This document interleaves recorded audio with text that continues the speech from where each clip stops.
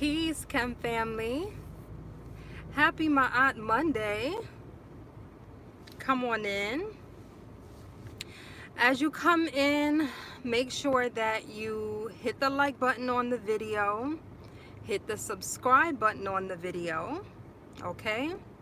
And leave me a comment in the live if you're here in the live. Let me know you're here. And leave me a comment in the comment section on your thoughts and opinions on what we're going to talk about today, okay?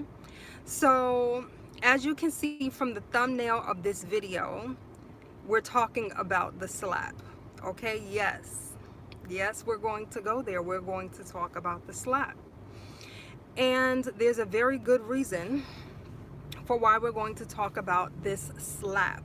Now, if you have been living under a rock and you have not heard about this, let me give you a brief recap on what slap I'm talking about, okay?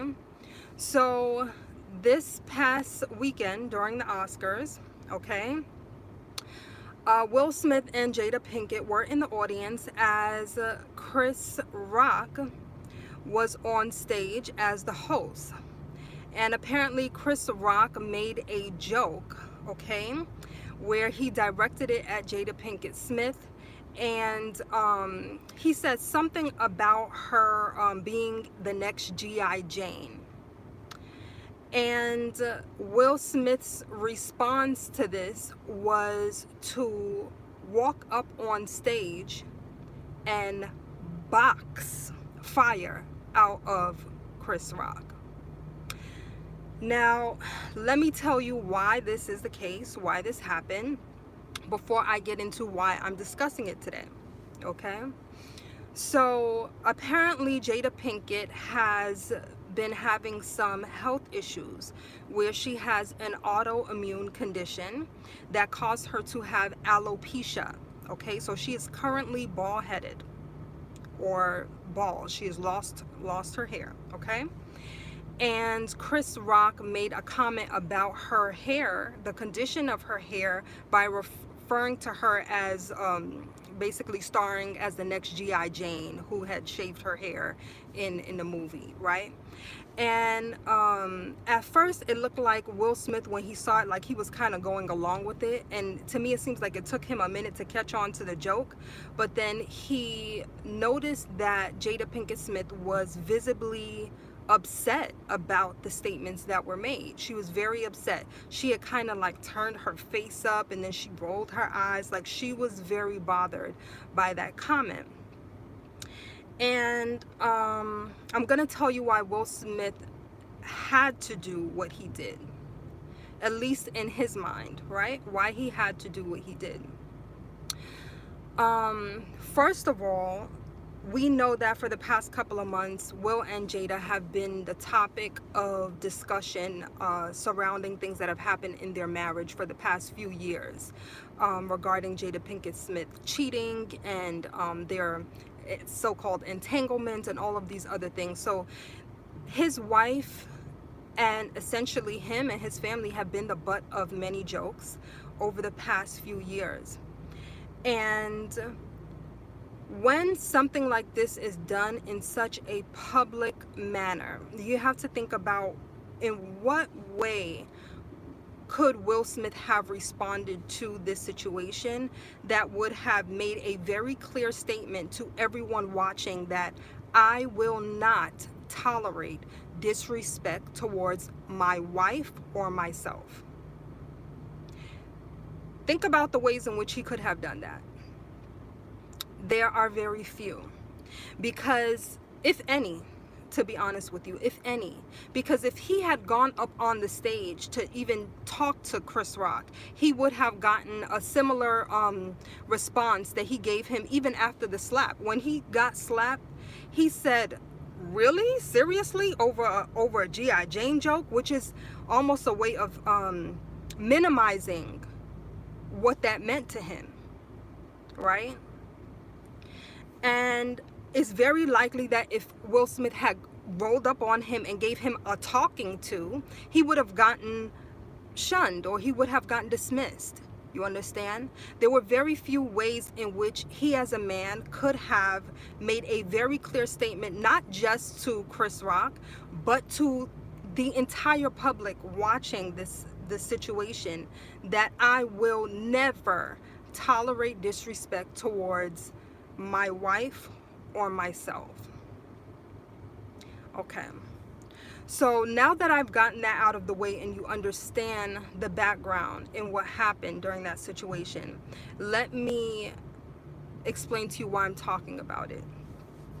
I'm talking about it because a lot of you all have written to me, especially recently, because of the things I've talked about on this channel regarding narcissistic abuse and scapegoating abuse, that you don't understand why you are being treated the way you're being treated. You don't understand how to make it stop. You don't understand how to get out of the situation. And there is a very clear lesson in this particular incident that happened, which is that there must always, always, always be a consequence for disrespect. There must always be a consequence for disrespect. A lot of you continue to be mistreated and disrespected because the people doing so know that there will be no consequence for treating you that way. Now, if you've ever seen the bully in school, the big bad bully in school, the bully will always pick on the person who they know is never going to stand up to them, who they know is never going to speak up for themselves. But you know who they don't pick up on? Who they don't pick on? The bully never picks on the person who fights back. And it doesn't matter if you can win the fight, if you can actually fight the bully back, or if you lose the fight. The fact is, they want to be able to pick on someone who they know they can beat up on, because their goal is to take their frustration out on someone. They don't actually want a real fight. But when you show that you have standards for yourself, that you have self-respect, and that you have boundaries that you will not allow people to cross without a consequence, you now give people a very clear indication of how to treat you. And this is why there must always be a consequence for disrespect. Now, please do not get me wrong and think that I'm telling you need to slap fire out of everybody who talked to you the wrong way. That's not what I'm saying. Because I ain't got no bail money for you. Okay? So act like you have some sense, okay? Please act like you have some sense. This depends on the situation. It depends on the person. It depends on who you are, who the other person is, and what the situation is. Use your common sense, okay? The consequence is not always to slap somebody. That was what needed to be done in that particular situation, because it sent a message around the world, right? And there's very little he could have done. Once the words were spoken, there was very little he could have done to mitigate that situation without physical action. As a man, that's what he felt he needed to do. That's not always the best route, okay? Sometimes it's necessary. I'm not one of those people who are going to tell you, oh, violence is not necessary. That's a lie. That is a lie. Violence is necessary sometimes in order to get your point across and in order to convey the message that you need to convey. Yes, it is. But that may not be the best route for you. Sometimes the consequence is that you completely remove your energy from a situation or a person. Sometimes that is the consequence. So now let me distinguish between consequences or natural consequences and punishment. Okay? There's Naked Mind says, I know that's right, sis. Yes. So sometimes, okay, I lost my train of thought now. Natural consequences versus punishment, right? Okay. So let me give you an example of natural consequences. When you were in school, right, you always had that one person in school who would skip class, who didn't turn in their homework and came to the test, the day of the test, and of course didn't know what was going on because they didn't do any work, and then they would fail, right? And some of these kids, they would blame it on the teacher, talking about, you failed me, when in reality they failed themselves, and them failing is a natural consequence of the fact they did not do any work, right? That's a natural consequence. Okay. Punishment is when you don't like how someone else treats you, and it's basically revenge. And when you do things like that, you push people away from you. But when you deliver a natural consequence to someone, you actually end up gaining their respect. So for example, a natural consequence, when, say you have a friend, or it could be a guy that you're dating, right? And the person stands you up. The natural consequence of that is that you no longer make a date with them. That person no longer has an option to be able to see you. That's a natural consequence. You don't have to argue with anybody. You don't have to go back and forth. You don't have to spill your guts and keep telling people, oh, what you did hurt me, you hurt me, you hurt me, you hurt me. A lot of y'all be giving people fuel, letting them know how badly they hurt you. They don't need to know all of that.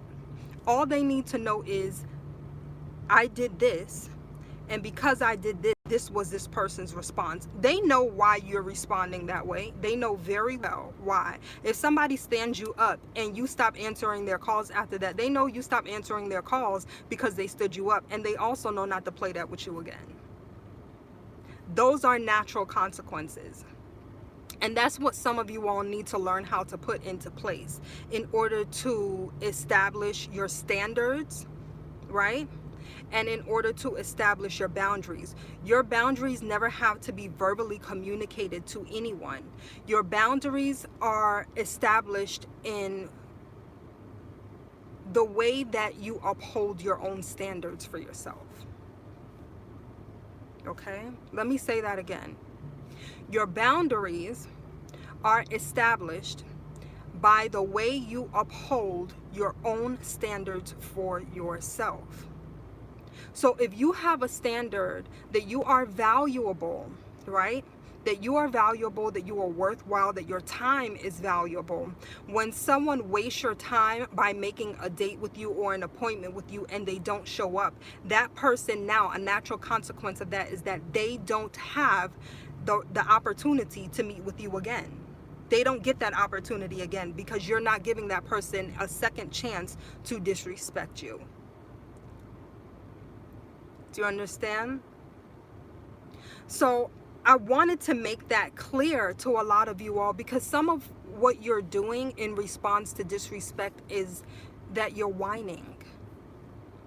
You're whining to people who don't care about your feelings. When someone disrespects you, I need you to understand people know what they're doing. Stop thinking that people don't know what they're doing and that they're oblivious and they don't know how it's affecting you. People know how it's affecting you because they know that they would not enjoy being treated the way they're treating you. Everyone knows that. This is common sense. People know what they're doing. They know it's disrespectful. They know it's rude. Okay? So stop thinking that you need to explain to them how badly what they did hurt you, how rude it is, getting emotional, getting your emotions involved. Stop that. When someone shows you that they don't respect you, when someone goes out of their way to disrespect you, you deliver a natural consequence to that person. And sometimes that consequence is simply removing your energy. It may be that you have to put hands on somebody. For example, if somebody were to walk up on you and touch you inappropriately, the response might be a big backhanded box to the face. It might be. It very well might be.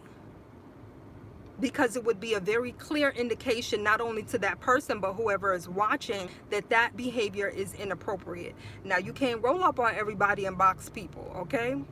Just be prepared that they have two hands just like you got two hands. So know who you're dealing with. Because there's a natural consequence to putting your hands on people too. Okay? But I really wanted to just touch on this topic so y'all understand the power of a consequence. I guarantee you that people will think twice about making Will Smith or Jada Pinkett the butt of their joke in front of their face. I guarantee you. That'd probably be the last of it. He made a very clear statement, not only to Chris Rock, but to the world, that that would not be tolerated. Okay? So that's all I have for this video. That's all I have for this video. I hope it was helpful to you. If you liked it, give me a like and leave me a comment in the comment section. Let me know if you feel like what was done was necessary. Let me know if you feel like it was unnecessary. Let me know if you need help developing natural consequences, okay? And also Wednesday, for those of you all who want to join me, I have a free Q&A session for the upcoming 21-day detox, the spring detox, which is coming up on April 4th. So you can join me by visiting kemeticwellness.com and going to book services so you can join us in that orientation. Free Q&A session. You get to talk with me about that and any questions you have on detoxing, wellness, nutrition. But this was a little bit of just mental wellness advice, spiritual wellness advice for you all. Okay? I hope you all enjoyed this video, and I will see you in the next one. Peace.